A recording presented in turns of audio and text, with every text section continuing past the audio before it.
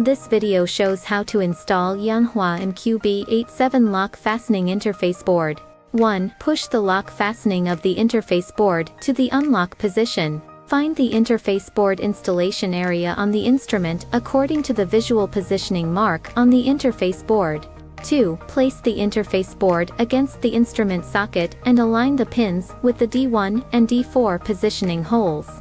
3. Check that the D1 and D4 positioning pins are completely aligned with the D1 and D4 positioning holes of the instrument, and ensure that the PCB lock buckle is completely aligned. 4. Place your finger on the fingerprint position of the interface board. Press down on the interface board. Push the PCB lock buckle to the locked position to lock the interface board.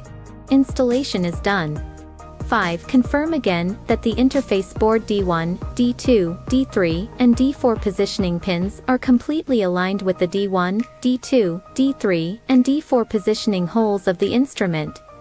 Yanhua MQB Interface Board has the advantages of compact size, precise pin positioning, easy installation, pin connection is firm and stable, not easy to loosen, and safer data reading and writing. Thank you for watching.